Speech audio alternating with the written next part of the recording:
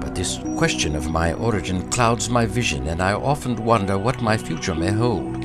But come, let us wander farther through these quarters. And so we moved on, munching figs under the hot sun. As good as they were, I longed for an icy cool Coca-Cola. But Coca-Cola was outlawed in 2417 by the Grolnothians when research showed that they were linked to sarcasm. Anyway, this was 4,000 years before they were even invented. Now, as we approached the end of the street, we heard coarse shouts, the voice of an angered man, incensed and threatening. Moses walked faster, and we had to hurry to follow. The back street opened into a small square where a new building was under construction. Moses pushed his way through the crowd of onlookers, Suhad and I following in his wake, and we saw an Egyptian foreman standing over a prostrate Hebrew on his knees, crouched before him. Another worker held his arms to the ground.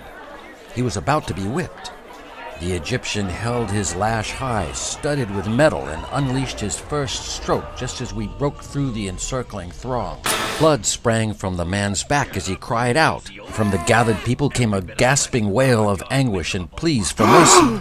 Stop! Come on, stop. give him a break already. Don't hit him anymore. Again the lash came down with a report that seemed to echo through the square. This is Almah Tomen reporting from Small Square. No, not that kind of report.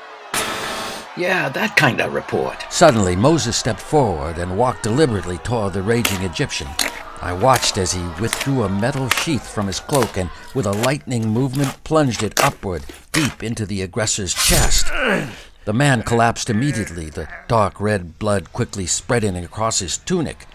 Moses turned toward us with a look that was easy to read. "Leave this place. Tell no one what you have seen."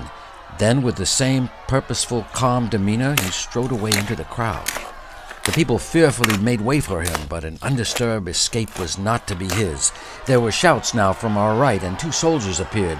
They surveyed the bloody scene, and, aided by pointed gestures from one or two men, took off at a trot in the direction Moses had fled. Come quickly, Limu. We cannot stay here. This I didn't need to be told. We instinctively held hands as we made our way back along the street where Moses had bought the figs. Moses' litter was still waiting at the intersection where we had first alit. Suhad spoke to the lead bearer and explained Moses had met a friend with whom he wanted to spend time and that they should return home without him. They offered to take us where we wished, but of course it was best to distance ourselves from anything associated with Moses at this point. We found a small tea shop and quickly entered it. The place was pleasantly dim within, and after a host unceremoniously served us a dark brew, unrecognized by anyone, we began to talk. "What do you make of this shocking act?" I asked. I'm speechless, but it seems Moses has two faces. One is kind and moderate and without passion. The other I have never seen before. I am stunned. But his people are fearfully encumbered. They are slaves, and Moses himself is a military leader. Perhaps the king, who's Mr. Big, does have reason to fear him. But how foolish Moses would be to challenge the most powerful empire the world has seen. What he did today he may not understand himself. We are lucky not to have been drawn into this trouble. Indeed, and I thank the gods you were with me. Suhad snuggled closer on our cushion. Her hand strayed to my thigh and clung to it, seeking security, but there was more than simple fear in her touch. That night I dined again with Suhad and her family. Much later, in the wet heat of the Egyptian night, she came to me. I had been restless, hoping for her to come, yet fearing her, for I had not forgotten the deadly powers she had displayed in our battle against our enemies on the Nile. I lay upon my expansive couch, a soft night breeze wafting in through the open window above me. Who was she anyway? How and why had she been there to rescue me from the desert sands? Could she possibly suspect who I was? But these worries vanished when I heard the rustle of my curtains and saw her lithe, unmistakable shadow approach my cushioned divan. I rose quickly and parted the inner curtains to welcome her and save her any embarrassment. Her fiery glance as she passed under my arm aroused me instantly. Turning my back, I sank to the cushions, trying to conceal the tent-like protrusion that had appeared below my stomach. She gazed down at my hands folded on my lap and arranged herself deliciously next to me. In the semi-darkness, her breasts pushed out against a gauzy lavender sheath that passed for her nightwear. Nothing was left to the imagination. Her scent, like a garden full of sweet flowers, permeated the room and my senses as well.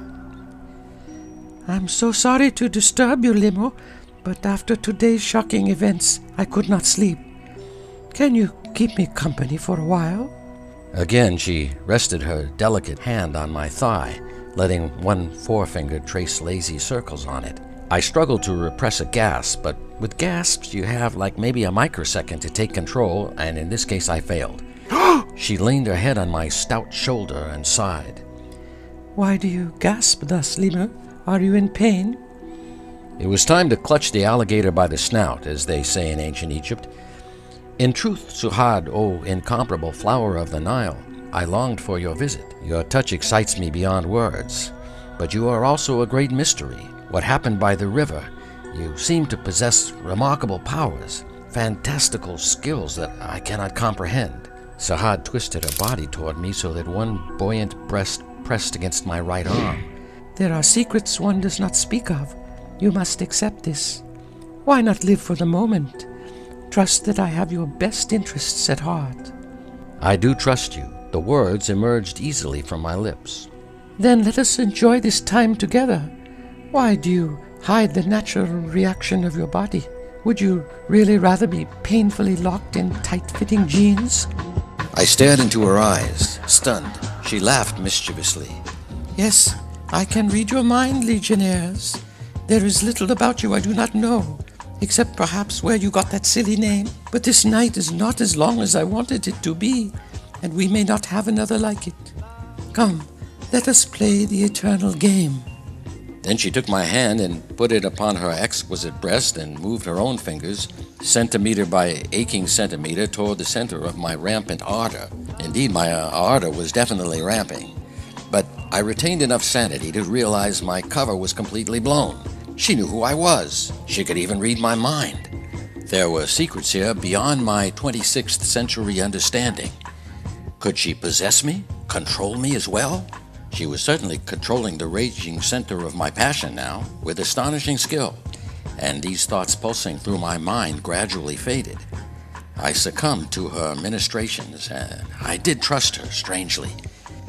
We need to talk, I mumbled, as our bodies cleaved together and my fingers finally found the syrupy fig Newton between her limbs. What's with you and figs? She whispered into my ear, her breath quickening. This was beyond belief. She knew every thought that crossed my mind. Well, figs are the fruit of the gods, I ad-libbed, and so in my arms are you. You see me as a fruit? She panted, her fingernails digging into my back. No, I said, it's just a figure of speech. I probed her inner sweetness, and she thrust against me like a wild panther. Panthers don't thrust, she moaned. They creep, they pounce, they bite. I've never heard of them thrusting. I suppose the male must do some thrusting, but are you saying I'm acting as a male?